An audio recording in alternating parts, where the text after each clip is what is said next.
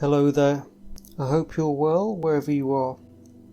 I've got the usual smorgasbord of material today. Some from Gurdjieff himself, some from one of the only good books on Gurdjieff by Christopher P. Holmes, and some material from Ouspensky and Carlos Castaneda. One of the statements Gurdjieff makes at the end of his book is as follows. The general life of mankind has been divided into two streams since the time of what is called the Tikliamishyan civilization, which directly preceded the Babylonian civilization. It was just from then on that there gradually began to be and ultimately was finally established that organization of the life of mankind which, as even sane thinking men ought to constate, can now flow more or less tolerably only if people are divided into masters and slaves. Although to be either masters or slaves in a collective existence amongst children like ourselves of the common father is unworthy of man, yet thanks at the present time to the conditions existing which have already been thoroughly fixed in the process of the collective life of people, the source of which lies in remote antiquity, we must be reconciled to it and accept a compromise that, according to impartial reasoning, should both correspond to our own personal welfare and also at the same time be not contrary to the commandments specially issuing to us people from the prime source of everything existing. A compromise, I think, is possible if certain people consciously set themselves as the chief source of their existence to acquire in their presence all the corresponding data to become masters among those around them similar to themselves. Proceeding from this and acting according to the wise saying of ancient times affirming that, in order to be in reality a just and good altruist, it is inevitably required first of all to be an out-and-out egoist, and also profiting from the good sense given to us by great nature, each one of us must set for his chief aim to become in the process of our collective life a master, but not a master in that sense and meaning which this word conveys to contemporary people, namely one who has many slaves and much money handed down, in most cases by inheritance, but in the sense that a given man, thanks to his in the objective sense devout acts towards those around him, that is to say, acts manifested by him according to the dictates of his pure reason alone, without the participation of those impulses which in him and in all people are engendered from the mentioned consequences of the properties of the malevolent organ Kundabhafa, acquires in himself that something which of itself constrains all those about him to bow before him and with reverence to carry out his orders. And in order to cross over to the second stream that leads to the source, it is necessary first of all to renounce all that what seems to you a blessing, but which are in reality automatically and slavishly acquired habits present in the stream of life. In other words, it is necessary to become dead to what has become for you your ordinary life. It is just this death that is spoken about in all religions. It is defined in the sayings which have reached us from remote antiquity. If you do not die, you will not be resurrected. The death referred to is not the death of the body, since for such a death there is no need of resurrection. For if there is a soul, and moreover an immortal soul, it can dispense with the resurrection of the body. Two things that strike me about this. Firstly, I have seen that if you carry within you a deep sense of the soul, then people respond to it quite differently than to other people, with respect, and they recognize that it is something unusual. And the second thing I would say is that Gurdjieff's discarding of the body is very traditional. It is traditional in many different types of traditions, but in my opinion, it gives rise to an incorrect or a limited understanding of the path, because although the planetary body may be discarded, within it lies the primordial roots of our existence, and they need to be treated with great care and integrated into the final state. They are not there by accident, and although they are discarded, planetary, conditioned, and so on, they are certainly us, and they are not a mistake. Humanity does not seem to, and does not seem to have ever really understood what it is or what it's doing. And although there has been a path on this planet for a long time, it has limited understanding and quite confused understanding. And last week I was listening to two teachers who were good teachers, I would say, but I had the distinct impression that they did not really understand very much. I had a feeling running down my spine telling me this. They saw the path as a means of reaching heaven or a higher consciousness or a certain freedom or purification from darkness. But they could only envisage themselves as they are, in a different place, in a different world, experiencing different things. They did not really understand the path as a means of true transformation from one thing into another. In other words, entering into something unknown.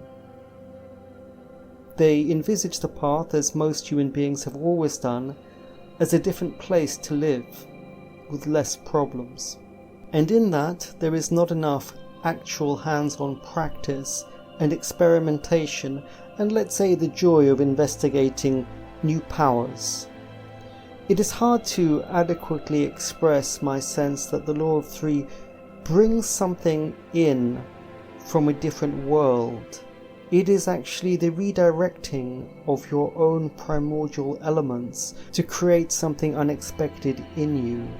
And to stabilize that is true evolution, because it is not that you can do something new, but that you are something new.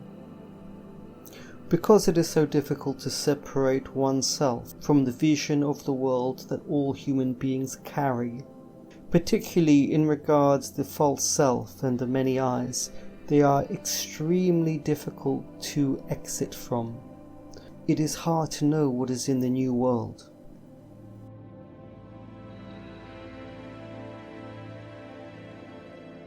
I would also say that in relation to the Yugas, in other words the cycle of civilizations rising and falling, in my opinion, at a certain point in the cycle of a civilization, when the personality starts to become active after a certain amount of wealth has accrued in that civilization, then what happens to human beings is the many I starts forming.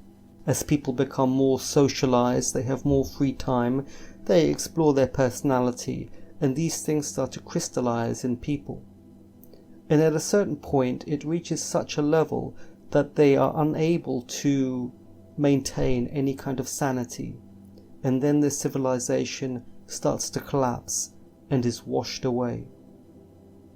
In the rising and falling of civilization, the degree of crystallization of the false self seems to be the real arbiter of their extinction, and there does not seem to have been a single human civilization that we can see where the false self has been integrated and overcome. In other words, humanity has been sitting for thousands of years at a certain threshold that it has not been able to cross. At the time when the false self is at its greatest extent, the effect of it is to destroy the union of heaven and earth, and it creates a vortex leaking energy out of the system, draining it completely. And then the maternal force, or Ma Kali, is forced to take very strong action to cut the system down to the ground, to remove the false self and everybody who has one. That is what the Kali Yuga is. I'm going to read something from Christopher Holmes's book, which is an excellent book, although the print is too small. and this section is called the dual consciousness. He says, remarkably, Gurdjieff presents his teachings within Beelzebub's Tales in an almost totally new language and format than that used in the earlier, more formal lectures recorded by Ouspensky and other students. It's unfortunate that many of the Gurdjieff study groups focus primarily upon Ouspensky's presentations rather than upon the more obscure and difficult tales.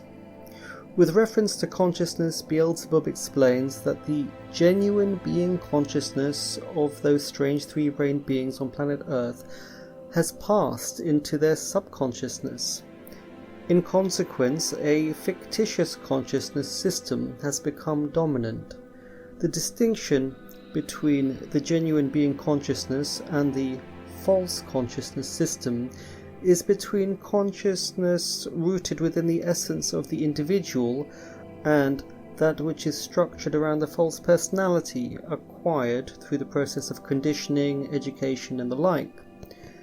While elaborating upon the phenomenon of hypnosis, Beelzebub explains to his grandson how a two-system zoostat, or two independent consciousnesses, formed within the strange psyches of those three-scented beings. Beelzebub emphasizes the destructive role of education and socialization in forming this false consciousness system. Ensuing from the abnormal conditions of the being existence of your favorites, from the beginning of the arising of their offspring, they intentionally try by every kind of means for the purpose of making them respond to these abnormal conditions around them, to fix in their logic Nesterian localizations as many impressions as possible, obtained again due to the results of their abnormal existence, which maleficent action of theirs towards their offspring they call education. Then the totality of all such artificial perceptions gradually segregates itself in their common presences and acquires its own independent functioning, connected only as much with the functioning of their planetary body as is necessary merely for its automatic manifestation, and the totality of these artificial perceptions is then perceived by them, owing to their naivety, as their real consciousness. Yes, that is quite a heavy section, quite shocking. But it's certainly easy for me, at least, to see that many of the groups that purport to be interested in Gurdjieff's teaching are simply moving from one side to the other side of the false consciousness, and they do not know, and they do not understand, because they've never had the kind of experiences that wake them the fuck up.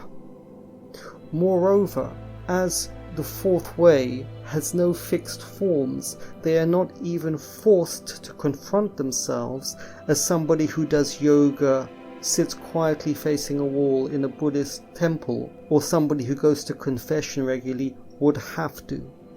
The fourth way has of course become a place where people who like the idea that there is no fixed form and nobody breathing down your neck like to congregate. As Gurdjieff says, since the Ticleomitian civilization in ancient antiquity, mankind has been split in two. That means that in every spiritual tradition, in every part of, say, academia or politics, in every location of life, there is an area where the false self congregates and an area where real people with a real essence are trying to live and trying to learn and trying to grow. A Gurdjieff's science of idiotism, I'm sure you've heard of it, the arch-idiot, the ordinary idiot, the superior idiot, the zigzag idiot. That is the science of how the malformed false self works. Gurdjieff recognized that the false self, although it's not a true structure, has found a way to eke a living, either by going around and round, or to always be compassionate, or to always belittle itself, or to zigzag from one side to another. Even a false structure, even a cancer, can be studied to see its habits, and that is the science of idiotism.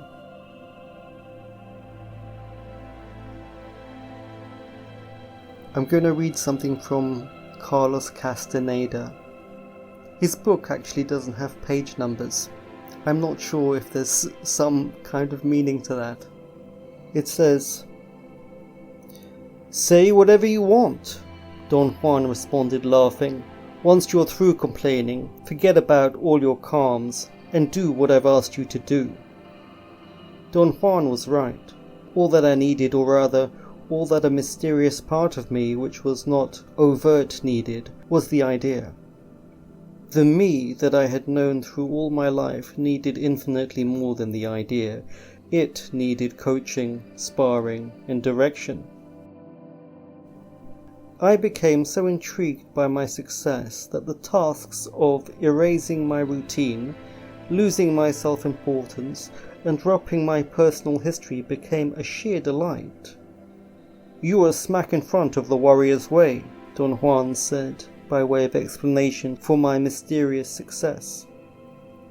Slowly and methodically he had guided my awareness to focus more and more intensely on an abstract elaboration of the concept of the warrior that he called the warrior's way, the warrior's path. He explained that the warrior's way was a structure of ideas established by the shamans of ancient Mexico. Those shamans had derived their construct by means of their ability to see energy as it flows freely in the universe. Don Juan said that those old shamans called it the warrior's way because its structure encompassed all the living possibilities that a warrior might encounter in the path of knowledge. Those shamans were absolutely thorough and methodical in their search for such possibilities. According to Don Juan, they were indeed capable of including in their abstract structure everything that is humanly possible. Don Juan called the warrior's way the crowning glory of the shamans of ancient Mexico. He viewed it as their most important contribution, the essence of their sobriety. "Is the warrior's way that overwhelmingly important, Don Juan?" I asked him once. "Overwhelmingly important is a euphemism. The warrior's way is everything. It is the epitome of mental and physical health. I cannot explain it in any other way. For the shamans of ancient Mexico to have created such a structure means to me that they were at the height of their power, the peak of their happiness, the apex of their joy."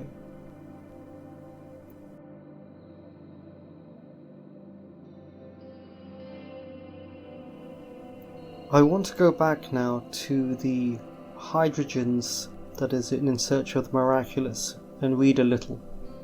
It says, "The center of gravity of the middle story of man is hydrogen 96. The intelligence of hydrogen 96 determines the average intelligence of man, that is, the physical body of man. The center of gravity of the astral body will be hydrogen 48. The center of gravity of the third body will be hydrogen 24, and the center of gravity of the fourth body will be hydrogen 12. If you remember the diagram of the four bodies of man which has been previously given, and in which the average hydrogens of the upper story were shown, it will be easier for you to understand what I am now saying." And G drew this diagram. The center of gravity of the upper story is only one hydrogen higher than the center of gravity of the middle story, and the center of gravity of the middle story is one hydrogen higher than the center of gravity of the lower story. It is imperative that you should understand the principles of the classification and the definition of living beings from the cosmic point of view, from the point of view of their cosmic existence. In ordinary science, classification is made according to external traits, bones, teeth, functions, mammals, vertebrates, rodents, and so on. In exact knowledge, classification is made according to their cosmic traits. As a matter of fact, there are exact traits, identical for everything living, which allows us to establish the class of the species of a given creature with the utmost exactitude, both in relation to other creatures as well as to its own place in the universe. These traits are the traits of being. The cosmic level of being of every living creature is determined, first of all, by what this creature eats, secondly, by what he breathes, and thirdly, by the medium in which it lives. These are the three cosmic traits. Here, I get the sense that the science that human beings know is certainly very relative. It is an understanding of life from a creature that cannot see outside of its position. Rats and kangaroos may also have a certain understanding of life from their position. But Gurdjieff is talking objectively, which means from above the level of the planetary creature. And he defines all living creatures as types of engines that consume different kinds of fuel and have a different kind of product.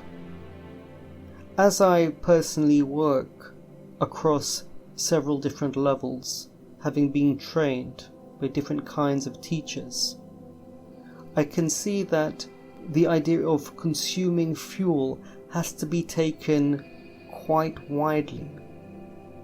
A higher engine does not sit at a table and eat from his plate a different kind of vegetable. Not exactly. The light that comes into your eyes and the impressions that you get from it is a kind of food. This is one very difficult practical problem with applying his ideas, because as I said last week, the different planes of life have extremely different characteristics. The physical plane, the emotional plane, the mental plane, the astral plane, and the plane of the mental body. They have elements inside of them and a certain way of functioning, but they are different worlds that have to be learned separately. And it requires a great maturity and experience of many things, getting stuck into many different types of things, to be able to consolidate the different worlds inside you according to the overarching ideas that Gurdjieff has. And going back to this diagram, we can see that the subsequent body has a center of gravity the same as the upper part of the previous body.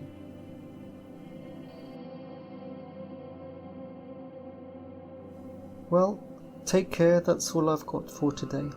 Goodbye.